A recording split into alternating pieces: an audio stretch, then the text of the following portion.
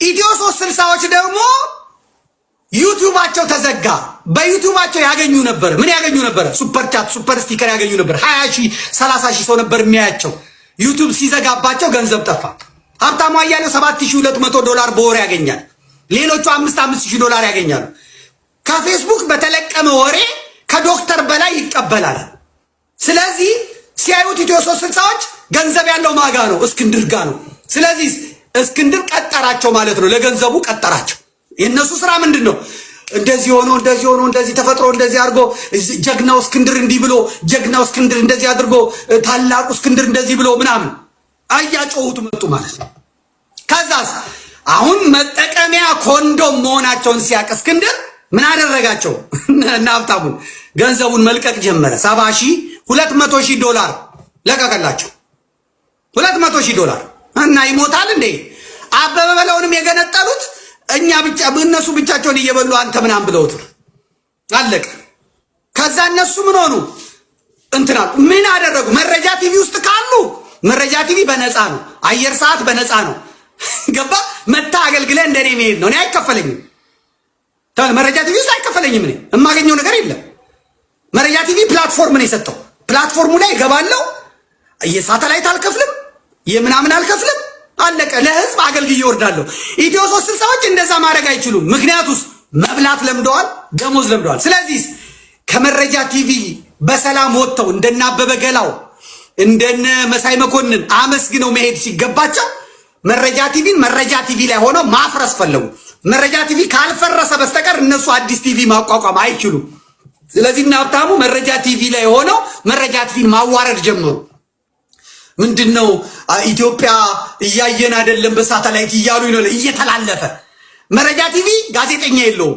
መረጃ ቲቪ ያንን ቻሌንጅ የሚያደርግበት የለውም። ስለዚህ እኛ መረጃ ቲቪን ስንቀጠቅጠው መረጃ ቲቪ እኛን ኧረ ተው በእናታችሁ ይለናል እንጂ አይቃወመንም ብለው የአረመኔ ስራ መረጃ ላይ ሰሩ። ኤልያስ ክፍሌን ከሰሱት። ኤልያስ ክፍሌ ኢትዮ 360ን ያደራጀ እነ ልዩን ከአትላንታ ድረስ በራሱ ወጪ መጥቶ የሳተላይት አጠቃቀም ያሰለጠነ ያሳየ፣ አበበ በለውን ዶነር ቦክስ የከፈተለት ዌብሳይት የከፈተለት እንዴት መልካም የሆነ ትግሉን በነፃ ጉልበት የሚሰራ አንዴ ሻዕቢያ ያረጉት። በእናኪላ እንኳን ሲሰድቡ ታየለ፣ ሲሞልጩ ታየለ። በሚገርም ሁኔታ ማለት ነው። በጣም በሚቀፍ ሁኔታ 3 ቀን ያየሁት። እንደ ኤልያስ ለኢትዮጵያ ፖለቲካ የሚጠቅም ሰው አልነበረም። ውሻ አረጉት።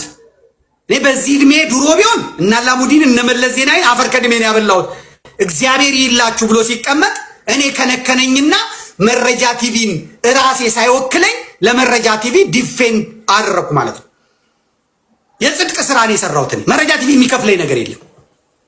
አሁን ያልጠበቁት ነገር መጣባቸውና ሀብታሙ ማለት ነው። አየነሱ መረጃ ቲቪን አፍርሰው አድቀው ሚኒሊክ ቲቪ የሚባል ከፍተው፣ ሚኒሊክ ቲቪ ተነገርኩ እንግዲህ የእስክንድር ነው።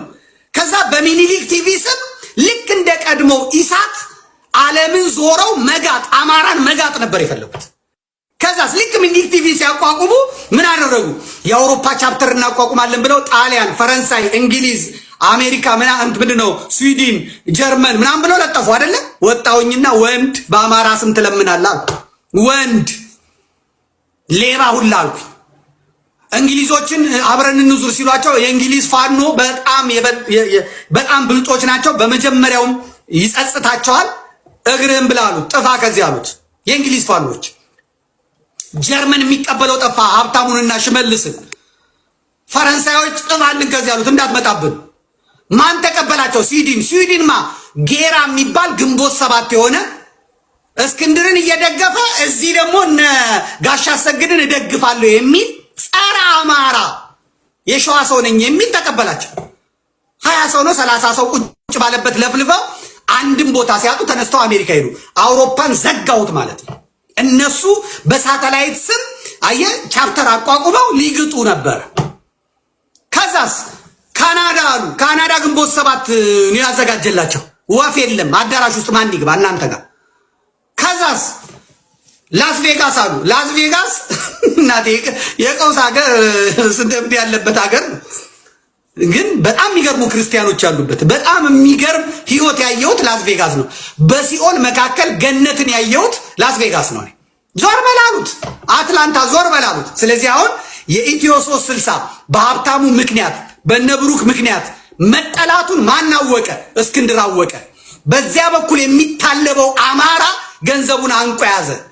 የኢትዮ 360 ተመልካቾች ከ30 ሺህ 20 ሺህ 3 እና 4 ሆኑ። አሁን ኢትዮ 360 አዲስ ድምፅ አበበ በለው ጋር ስትገባ መፍቻ የያዙ አድሚኖች ብቻ ነው የምታየው። ያወራሉ ብታይ የሚገርም ነገር አዲስ ሰው የለም። ኮመንት የሚያደርገው ማን መሰለ? ለእንትኖች ክልክል ነው፣ ለአዲስ ሰው ኦንሊ ሰብስክራይበርስ ነው የሚለው። የሚገርም ሱራፌል ሲነግረኝ ሰብስክራይበር ያደረጉ ብቻ ነው የሚለው ነው። የእንግሊዝኛውን ጠይቄው ነበር እና ሰብስክራይብ ያደረጉ ብቻ ናቸው የሚገቡት ነው የሚለው። መፍቻ ይዘው ያበበ በለው አድሚኖች ቁጭ ብለው ያወራሉ። እሱ ይለፈልፋል ከላይ ኤልሲዬ ደህና ነሽ? ትላንት በጊዜ ነው የወጣሁት አለው። እናቴ አስቱካይ ሀረሯ ደህና ነሽ? በቃ የሚያወሩት አድሚኖች ሆኑ፣ ብቻቸውን ቀሩ።